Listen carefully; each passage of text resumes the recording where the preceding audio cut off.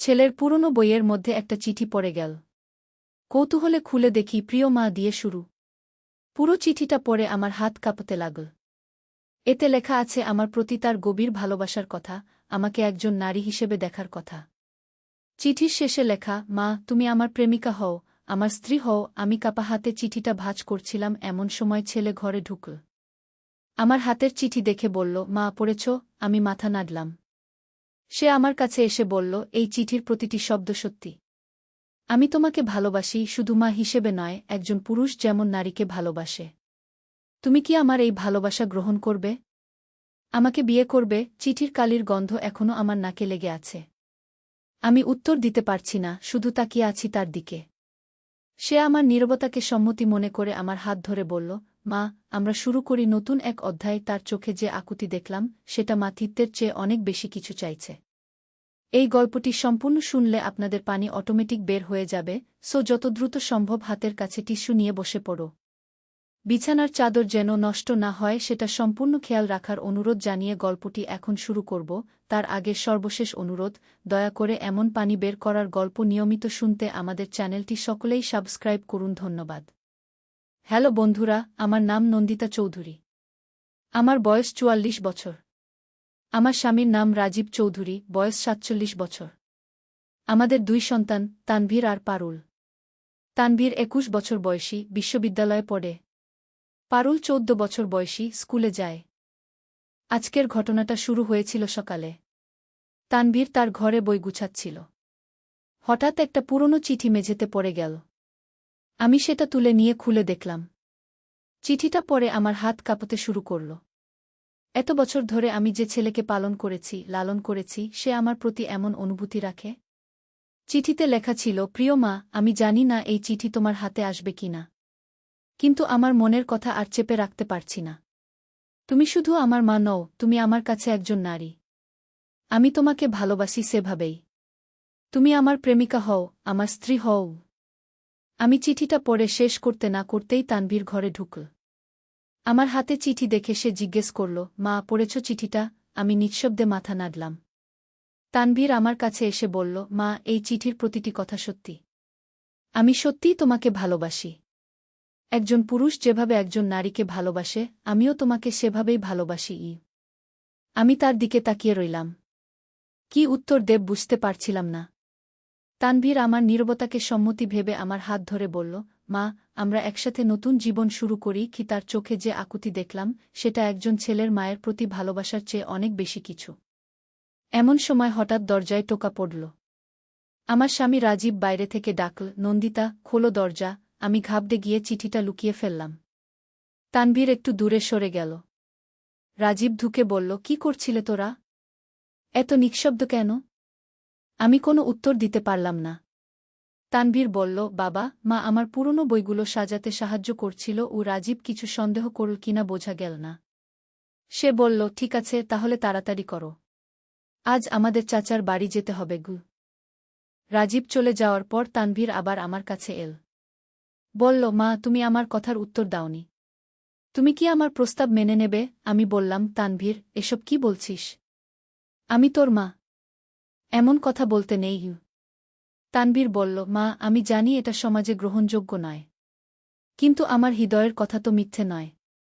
আমি সত্যিই তোমাকে ভালোবাসি। গিয়ে আমি বললাম, থামো তানভীর, এভাবে কথা বলো না গে। কিন্তু তানভীর থামল না। সে বলল, মা তুমি আমার সাথে পালিয়ে যাবে? আমরা দূরে কোথাও চলে যাব, সেখানে কেউ আমাদের চেনে না। গিয়ে আমি রাগ করে বললাম, তানভীর তুই পাগল হয়ে গেছিস? এসব কি বলছিস? তানভীর হতাশ হয়ে বলল, ঠিক আছে মা, তুমি যদি আমার সাথে যেতে না চাও, তাহলে আমি একা চলে যাব। কিন্তু আমার ভালোবাসা কখনো মিথ্যা হয়ে যাবে না গে। এমন সময় পারুল স্কুল থেকে ফিরে এল। সে আমাদের দেখে জিজ্ঞেস করল, কি হয়েছে? তোমরা এত গম্ভীর কেন? আমি বললাম, কিছু না মা, তোর দাদা একটা বই খুঁজে পাচ্ছিল না গি। পারুল বলল, তাহলে ঠিক আছে মা, আমি খুব ক্ষুধার্ত, খেতে দাও। আমি রান্নাঘরে চলে গেলাম। কিন্তু তানভীরের কথাগুলো আমার মাথা থেকে যাচ্ছিল না। সন্ধেবেলা আমরা চাচার বাড়ি গেলাম। সেখানে অনেক আত্মীয় স্বজন জড়ো হয়েছিল। সবাই আনন্দে কথাবার্তা বলছিল। কিন্তু আমার মন ভালো লাগছিল না। তানভীরের সেই কথাগুলো বারবার মনে পড়ছিল। চাচা আমাকে জিজ্ঞেস করল, নন্দিতা তুই এত চুপচাপ কেন? কিছু হয়েছে নাকি? আমি বললাম, না চাচা, কিছু হয়নি। একটু মাথা ব্যথা করছে গি। চাচি বলল, তাহলে একটু বিশ্রাম নাও। উপরের ঘরে গিয়ে শুয়ে থাকো। আমি উপরে গিয়ে একটা ঘরে শুয়ে পড়লাম। কিছুক্ষণ পর তানভীর এল। সে বলল, মা তুমি ঠিক আছো? আমি বললাম, হ্যাঁ ঠিক আছি। তানভীর বলল, মা আমি জানি তুমি আমার কথা ভেবে অস্থির হয়ে আছো, কিন্তু আমি তোমাকে কোনো জোর করতে চাই না। আমি বললাম, তানভীর তুই এসব ভুলে যা গু। তানভীর বলল, মা আমি ভুলতে পারব না, কিন্তু আমি তোমাকে কষ্ট দিতে চাই না। তুমি যা বলবে আমি তাই করব। আমি বললাম, তাহলে তুই এসব ভুলে গিয়ে স্বাভাবিক হয়ে থাকু। কিন্তু তখনই একটা অদ্ভুত ঘটনা ঘটল। হঠাৎ বিদ্যুৎ চলে গেল। পুরো বাড়িতে অন্ধকার নেমে এল। চাচা নিচে থেকে চিৎকার করে বলল, কেউ মোমবাতি আছে নাকি? আমি আর তানভীর অন্ধকারে দাঁড়িয়ে রইলাম। হঠাৎ তানভীর আমার হাত ধরল। সে ফিসফিস করে বলল, মা এই অন্ধকারে তুমি আরও সুন্দর লাগছো। আমি তার হাত ছাড়িয়ে দিয়ে বললাম, তানভীর থামো গু। কিন্তু তানভীর থামল না। সে বলল, মা তুমি জানো না তোমার এই নীরবতা আমাকে কত আশা দিয়েছে। আমি বললাম, তানভীর তুই কি বলছিস? এমন সময় হঠাৎ একটা আওয়াজ পেলাম। মনে হলো কেউ যেন ফিসফিস করে কথা বলছে। আমি চমকে উঠে জিজ্ঞেস করলাম, এটা কার আওয়াজ? তানভীর বলল, কোনো আওয়াজ তো শুনতে পাচ্ছি না। কিন্তু আমি স্পষ্ট শুনতে পাচ্ছিলাম কেউ যেন বলছে, নন্দিতা সাবধান, তুমি ভুল পথে যাচ্ছ। আমি ভয় পেয়ে গিয়ে তানভীরকে বললাম, তুই কিছু শুনতে পাচ্ছিস না? তানভীর বলল, না মা কিছু শুনতে পাচ্ছি না। তুমি কি ঠিক আছো? এমন সময় আবার সেই আওয়াজ এল, নন্দিতা এই ছেলেটা তোমার ছেলে নয় গি। আমি চমকে উঠে জিজ্ঞেস করলাম, কি বললে? এটা কি মানে? কিন্তু কোনো উত্তর পেলাম না। শুধু একটা শীতল হাওয়া বইতে শুরু করল। হঠাৎ বিদ্যুৎ ফিরে এল। আমি চারদিকে তাকালাম কিন্তু কাউকে দেখতে পেলাম না।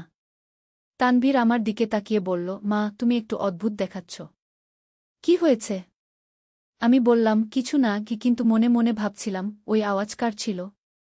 আর তানভীর আমার ছেলে নয় মানে কি? আমরা নিচে নেমে এলাম। চাচা বলল, বিদ্যুৎ চলে যাওয়ায় অনেক সমস্যা হল, তবে এখন ফিরে এসেছে। আমি চুপচাপ বসে রইলাম। রাতে বাড়ি ফিরে আমি ভাবতে থাকলাম সেই রহস্যময় আওয়াজের কথা। তানভীর আমার ছেলে নয় কি, এই কথার মানে কি? আমি তো তানভীরকে জন্ম দিয়েছি। পরদিন সকালে আমি রাজীবের সাথে এই বিষয়ে কথা বলার সিদ্ধান্ত নিলাম। কিন্তু রাজীব অফিসে চলে গেল। তানভীরও কলেজে চলে গেল। আমি একা বাড়িতে বসে ভাবছিলাম। হঠাৎ মনে পড়ল, আমার একটা পুরনো ডায়েরি আছে। সেখানে হয়তো কিছু খুঁজে পাব। আমি ডায়েরিটা বের করে পড়তে শুরু করলাম। ডায়েরির পাতা উল্টাতে উল্টাতে একটা জায়গা চোখ আটকে গেল। সেখানে লেখা ছিল, আজ হাসপাতাল থেকে একটা শিশু নিয়ে এলাম। রাজীব জানে না যে এই শিশুটা আমাদের নিজের নয়। কিন্তু আমার কোনো সন্তান হচ্ছিল না, তাই এই শিশুটাকে দত্তক নিয়েছি গু। আমি হতবাক হয়ে গেলাম। তাহলে তানভীর সত্যিই আমার নিজের ছেলে নয়? আমি পাগলের মতো ডায়েরির পাতা উল্টাতে থাকলাম। আরও কিছু লেখা পেলাম। তানভীরের আসল মা ছিল একজন অল্পবয়সী মেয়ে। সে অবিবাহিত মা হয়েছিল। হাসপাতালে প্রসবের সময় মারা যায়। তার কোনো আত্মীয় স্বজন ছিল না। তাই আমি তানভীরকে দত্তক নিয়েছি গু। আমার হাত কাঁপতে শুরু করল। তাহলে কাল রাতে যে আওয়াজ শুনেছিলাম সেটা সত্যি ছিল। তানভীর আমার নিজের ছেলে নয়। কিন্তু তাতেই বা কি? আমি তো তাকে এত বছর ধরে নিজের ছেলের মতোই ভালোবেসেছি। তার আচরণ যদিও অস্বাভাবিক, কিন্তু সে তো আমার পালিত সন্তান। এমন সময় তানভীর কলেজ থেকে ফিরে এল। সে আমার হাতে ডায়েরি দেখে জিজ্ঞেস করল, মা কি পড়ছ? আমি তাড়াতাড়ি ডায়েরিটা বন্ধ করে বললাম, কিছু না, পুরনো কিছু স্মৃতি। তানভীর বলল, মা আমি তোমার সাথে একটা কথা বলতে চাই। আমি বললাম, বলো গু। তানভীর বলল, মা আমি জানি কাল রাতে তুমি কিছু একটা আওয়াজ শুনেছিলে। সেটা কি ছিল? আমি চমকে উঠলাম। তানভীর কি করে জানল? আমি বললাম, তুই কি করে জানলি? তানভীর বলল, মা আমিও সেই আওয়াজ শুনেছিলাম, কিন্তু তোমার সামনে স্বীকার করিনি গিয়ে। আমি জিজ্ঞেস করলাম, তুই কি শুনেছিলি? তানভীর বলল, একটা মহিলার আওয়াজ। সে বলছিল, তানভীর তুমি ঠিক পথে আছো। নন্দিতা তোমার মা নয়। আমি হতবাক হয়ে গেলাম। তাহলে তানভীরও সেই আওয়াজ শুনেছিল? আমি বললাম, তানভীর এসব কি? তানভীর বলল, মা, আমি অনেক দিন ধরেই সন্দেহ করছিলাম। আমার আর তোমার বাবার কোনো মিল নেই। চেহারায়, স্বভাবে কিছুতেই মিল নেই গু। আমি চুপ করে রইলাম। তানভীর বলল, মা, তুমি কি আমাকে সত্যিটা বলবে? আমি কি তোমার নিজের সন্তান? আমি আর লুকাতে পারলাম না। বললাম, না তানভীর, তুমি আমার নিজের সন্তান নও। আমি তোমাকে দত্তক নিয়েছি গু। তানভীর খুশি হয়ে বলল, তাহলে তো আমি ঠিকই ভেবেছিলাম। তুমি যদি আমার মা না হও, তাহলে আমার তোমাকে ভালোবাসায় কোনো সমস্যা নেই গি। আমি বললাম, তানভীর, তুমি ভুল বুঝছ। আমি যদিও তোমার জন্মদাত্রী মা নই, কিন্তু আমি তোমাকে মানুষ করেছি। তুমি আমার সন্তানের মতোই গে। তানভীর বলল, না মা, এখন আমি তোমাকে একজন নারী হিসেবে ভালোবাসতে পারি। কোনো পাপ নেই এতে গু। আমি রাগ করে বললাম, তানভীর, তুমি এভাবে ভাবতে পারো না। আমি তোমার মা গু। কিন্তু তানভীর বলল, না, তুমি আমার মা নও। তুমি একজন নারী যে আমাকে ভালোবেসে মানুষ করেছে। আমিও তোমাকে ভালোবাসি উ। এমন সময় আবার সেই রহস্যময় আওয়াজ এল, নন্দিতা, সাবধান। এই ছেলের মধ্যে একটা অশুভ শক্তি কাজ করছে গি। আমি আর তানভীর দুজনেই আওয়াজটা শুনতে পেলাম। তানভীর বলল, এটা কার আওয়াজ? আমি বললাম, জানি না। কিন্তু এই আওয়াজ যা বলছে সেটা হয়তো সত্যি গু। তানভীর রেগে গিয়ে বলল, কি সত্যি? আমার ভালোবাসা কি অশুভ? আমি বললাম, তানভীর, তুমি বুঝতে চাও না যে এটা ঠিক নয় গু। হঠাৎ ঘরের আলো নিভে গেল। একটা ঠান্ডা বাতাস বইতে শুরু করল। তানভীর বলল, মা, এসব কি হচ্ছে? আমি বললাম, জানি না, কিন্তু তখনই একটা আলোর ছাটা দেখতে পেলাম। সেই আলোর মধ্যে একজন নারীর ছায়া দেখা গেল। সেই নারী বলল, নন্দিতা, আমি তানভীরের আসল মা। আমি মারা গেছি, কিন্তু আমার আত্মা এখানে আছে। আমার ছেলে ভুল পথে যাচ্ছে গু। তানভীর চমকে উঠে বলল, এটা কি? নারীর আত্মা বলল, তানভীর, আমি তোমার আসল মা। তুমি যা করছ সেটা ঠিক নয় গু। তানভীর বলল, আপনি মিথ্যে বলছেন। আমি কিছু ভুল করিনি গি। আত্মা বলল, তানভীর, নন্দিতা তোমার মা হয়ে তোমাকে মানুষ করেছে। তুমি তার সাথে এমন ব্যবহার করতে পারো না গি। তানভীর বলল, কিন্তু আমি তাকে ভালোবাসি। ও আত্মা বলল, ভালোবাসা মানে সম্মান করা। তুমি তার সম্মান করছো না গি। আমি বললাম, তুমি কে? সত্যিই তানভীরের মা? আত্মা বলল, হ্যাঁ, আমি সুমিত্রা। আমার বয়স ছিল মাত্র 18 বছর যখন তানভীরের জন্ম হয়। আমি অবিবাহিত মা হয়েছিলাম। প্রসবের সময় মারা গিয়েছি গু। তানভীর বলল, তাহলে আপনি কেন আমাকে ছেড়ে গেলেন? সুমিত্রার আত্মা বলল, আমার কোনো উপায় ছিল না। কিন্তু আমি খুশি যে নন্দিতা তোমাকে এত ভালো করে মানুষ করেছে। তুমি তার কৃতজ্ঞ থাকো, তার সাথে অন্যায় করো না গি। তানভীর বলল, কিন্তু আমি তো তার ক্ষতি করতে চাই না। আমি তাকে ভালোবাসি উ। সুমিত্রা বলল, প্রকৃত ভালোবাসা মানে ত্যাগ করা। যদি সত্যিই ভালোবাসো, তাহলে তার শান্তির কথা ভাবো গু। আমি বললাম, সুমিত্রা, তুমি কি আমাকে বলতে পারবে তানভীরকে কি করে সঠিক পথে আনা যায়? সুমিত্রা বলল, নন্দিতা, তানভীরের মধ্যে আসলে কোনো খারাপ নেই। সে শুধু বিভ্রান্ত। তার মনে একটা অন্ধকার শক্তি কাজ করছে গি। তানভীর বলল, কি অন্ধকার শক্তি? আমি তো ভালোই আছি উ। সুমিত্রা বলল, তানভীর, তুমি কি জানো তোমার বাবাকে ছিল? তানভীর বলল, না, জানি না উ। সুমিত্রা বলল, তোমার বাবা ছিল একজন তান্ত্রিক। সে কালো জাদু করত। তোমার জন্মের আগে সে আমার উপর একটা মন্ত্র করেছিল। সেই মন্ত্রের প্রভাবেই তুমি এমন অদ্ভুত ভালোবাসা অনুভব করছো গো। আমি চমকে উঠে বললাম, কালো জাদু? এটা কি বলছ? সুমিত্রা বলল, হ্যাঁ নন্দিতা। তোমার স্বামী রাজীব একবার আমার কাছে এসেছিল তোমাদের সন্তানহীনতার কথা বলে। আমি তাকে সেই তান্ত্রিকের কথা বলেছিলাম। কিন্তু রাজীব তাকে দেখতে যায়নি গি। আমি বললাম, তাহলে এখন কি করতে হবে? সুমিত্রা বলল, তানভীরের এই মন্ত্রের প্রভাব কাটাতে হবে। সেই তান্ত্রিক এখনও বেঁচে আছে। তাকে খুঁজে বের করতে হবে গু। তানভীর বলল, আমি কোথাও যাব না। আমি এখানেই থাকব। সুমিত্রা বলল, তানভীর, তুমি যদি এই মন্ত্রের প্রভাব না কাটাও, তাহলে তুমি আরও বিপজ্জনক হয়ে উঠবে। শুধু নন্দিতা নয়, তুমি অন্য মেয়েদের প্রতিও এমন অনুভূতি করবে গ। এই কথা শুনে তানভীর ভয় পেয়ে গেল। বলল, সত্যি? তাহলে আমি কি করব? সুমিত্রা বলল, সেই তান্ত্রিককে খুঁজে বের করো। সে এখন রংপুর জেলার একটা গ্রামে থাকে। তার নাম কালীচরণ গ। আমি বললাম, আমরা কিভাবে তাকে খুঁজে পাব? সুমিত্রা বলল, তোমরা রংপুরের মাধবপুর গ্রামে যাও। সেখানে একটা পুরনো কালী মন্দির আছে। সেই মন্দিরের পাশেই কালীচরণ থাকে গু। তানভীর বলল, আমি যাব। আমি এই সমস্যার সমাধান চাই। সুমিত্রা বলল, কিন্তু সাবধান। কালীচরণ বিপজ্জনক মানুষ।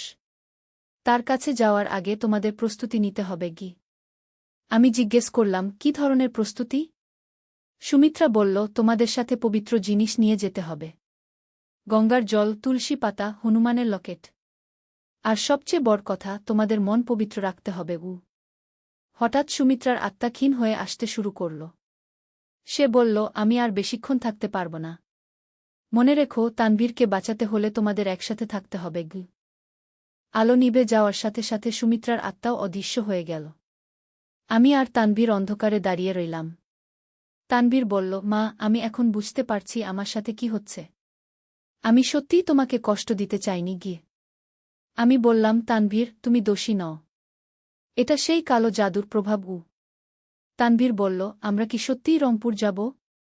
আমি বললাম, হ্যাঁ, আমরা যাব। তোমাকে সুস্থ করতে হবে গি। পরদিন সকালে আমি রাজীবকে সব কথা বললাম। প্রথমে সে বিশ্বাস করতে পারল না, কিন্তু তানভীরের আচরণ দেখে সে বুঝতে পারল যে কিছু একটা অস্বাভাবিক ঘটছে। রাজীব বলল, ঠিক আছে, আমরা রংপুর যাব। কিন্তু পারুলকে কি বলবো? আমি বললাম, পারুলকে আমরা তার নানির বাড়িতে রেখে যাব। ওকে এসব জানার দরকার নেই। সেই দিনই আমরা পারুলকে তার নানির বাড়িতে পৌঁছে দিলাম। পারুল বলল, মা, তোমরা কোথায় যাচ্ছ? আমি বললাম, মা, আমাদের কিছু কাজ আছে। তুমি নানির সাথে থাকো গো। পারুল বলল, ঠিক আছে, কিন্তু তাড়াতাড়ি ফিরে এসো। আমরা রংপুরের উদ্দেশ্যে রওনা দিলাম। পথে তানভীর বলল, মা, আমি ভয় পাচ্ছি। যদি কালীচরণ আমাদের ক্ষতি করে? আমি বললাম, ভয় পেজো না, আমরা সবাই একসাথে আছি। রাজীব বলল, তানভীর, তুমি শক্ত থাকো। আমরা তোমাকে সুস্থ করে তুলব। সন্ধেবেলা আমরা রংপুর পৌঁছালাম। একটা হোটেলে রাত কাটালাম। পরদিন সকালে আমরা মাধবপুর গ্রামের উদ্দেশ্যে বের হলাম। মাধবপুর গ্রামটা খুবই ছোট।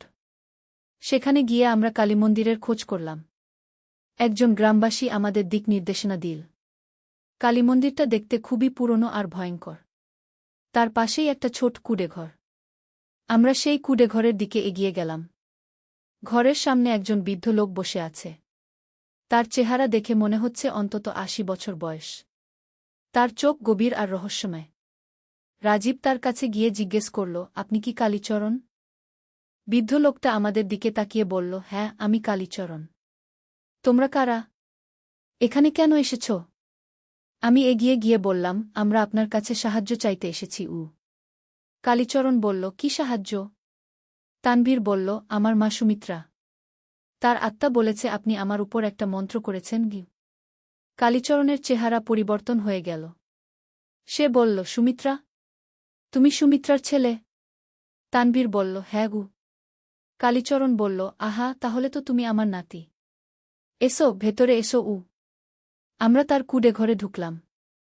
ঘরটা অন্ধকার আর বিভিন্ন অদ্ভুত জিনিসে ভর্তি। কালীচরণ বলল, তোমাদের কি সমস্যা হয়েছে? আমি সব কিছু খুলে বললাম। কালীচরণ শুনে বলল, আহা, তাহলে সেই মন্ত্রের প্রভাব এখনও আছে গি। তানভীর বলল, আপনি কেন আমার উপর মন্ত্র করেছিলেন? কালীচরণ বলল, বাবা, সেটা আমি তোর উপর করিনি। তোর মায়ের উপর করেছিলাম। সুমিত্রা যখন তোকে পেটে নিয়ে এসেছিল তখন সে আমার কাছে এসেছিল। সে বলেছিল যে তোর বাবা তাকে ছেড়ে চলে গেছে গিউ। আমি জিজ্ঞেস করলাম, তাহলে আপনি কি করেছিলেন?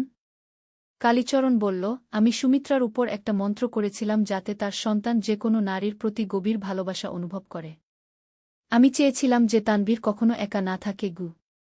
রাজীব বলল, কিন্তু এই মন্ত্রের কারণে তানভীর তার পালক মায়ের প্রতি অস্বাভাবিক অনুভূতি করছে গিউ। কালীচরণ বলল, হ্যাঁ, এটা আমি বুঝতে পারিনি। আমি ভাবিনি যে তানভীরকে দত্তক দেওয়া হবে গু। তানভীর বলল, এখন কি করা যেতে পারে? কালীচরণ বলল, মন্ত্র ভাঙা যেতে পারে। কিন্তু সেটা কঠিন গু। আমি বললাম, যা করতে হয় করুন, আমরা তৈরি আছি। কালীচরণ বলল, তাহলে আজ রাতে, পূর্ণিমার রাতে আমরা মন্ত্র ভাঙার চেষ্টা করব গু। সেই রাতে আমরা কালীমন্দিরে গেলাম। কালীচরণ বিভিন্ন জিনিস নিয়ে এসেছিল। সে একটা যন্ত্র আকল মাটিতে কালীচরণ বলল, তানভীর, তুমি এই যন্ত্রের মাঝখানে বসো। আর তোমরা চারপাশে বসো। আমরা তার কথামতো বসলাম। কালীচরণ মন্ত্র পড়তে শুরু করল। হঠাৎ চারদিকে ঝড় বৃষ্টি শুরু হয়ে গেল। তানভীর বলল, আমার খুব কষ্ট হচ্ছে। কালীচরণ বলল, ধৈর্য ধরো। মন্ত্র ভাঙতে কষ্ট হয়। হঠাৎ একটা ভয়ঙ্কর আওয়াজ শোনা গেল। মনে হলো কেউ যেন চিৎকার করছে। কালীচরণ আরও জোরে মন্ত্র পড়তে শুরু করল। তানভীরের শরীর কাঁপতে শুরু করল। সে বলল, আমার মনে হচ্ছে কিছু একটা আমার শরীর থেকে বের হয়ে যাচ্ছে। হঠাৎ একটা কালো ধোঁয়া তানভীরের শরীর থেকে বের হয়ে এল। সেই ধোঁয়া হাওয়ায় মিশে গেল। কালীচরণ বলল, হয়ে গেছে। মন্ত্র ভেঙে গেছে। তানভীর উঠে দাঁড়িয়ে বলল, আমি এখন অনেক হালকা বোধ করছি। আমার মনে আর সেই অদ্ভুত চিন্তা আসছে না। আমি খুশি হয়ে তানভীরকে জড়িয়ে ধরলাম।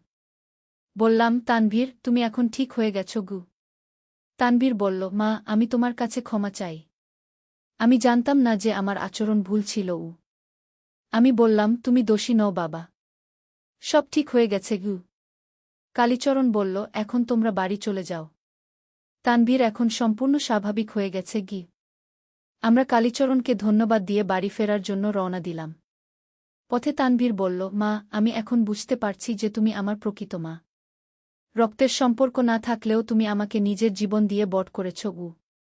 আমি বললাম, তানভীর, তুমি আমার প্রাণের চেয়েও প্রিয়। আমি সবসময় তোমার পাশে থাকব। রাজীব বলল, আমরা সবাই একসাথে থাকব। এখন আর কোনো সমস্যা নেই। বাড়ি ফিরে আমরা পারুলকে নিয়ে এলাম। পারুল খুশি হয়ে বলল, ভাইজা, তুমি অনেক বেশি হাসি খুশি দেখাচ্ছ। তানভীর বলল, হ্যাঁ পারুল, আমি এখন খুব ভালো আছি। সেই রাতে আমরা সবাই একসাথে বসে খাওয়া দাওয়া করলাম। তানভীর আমার প্রতি এখন একজন সন্তানের মতোই আচরণ করছে। তার মধ্যে আর কোনো অস্বাভাবিক আচরণ নেই। পরদিন সকালে তানভীর আমাকে বলল, মা, আমি কলেজে নতুন করে ভর্তি হতে চাই। আমি মনোযোগ দিয়ে পড়াশোনা করব। আমি বললাম, অবশ্যই বাবা। তুমি যা চাও তাই করোক।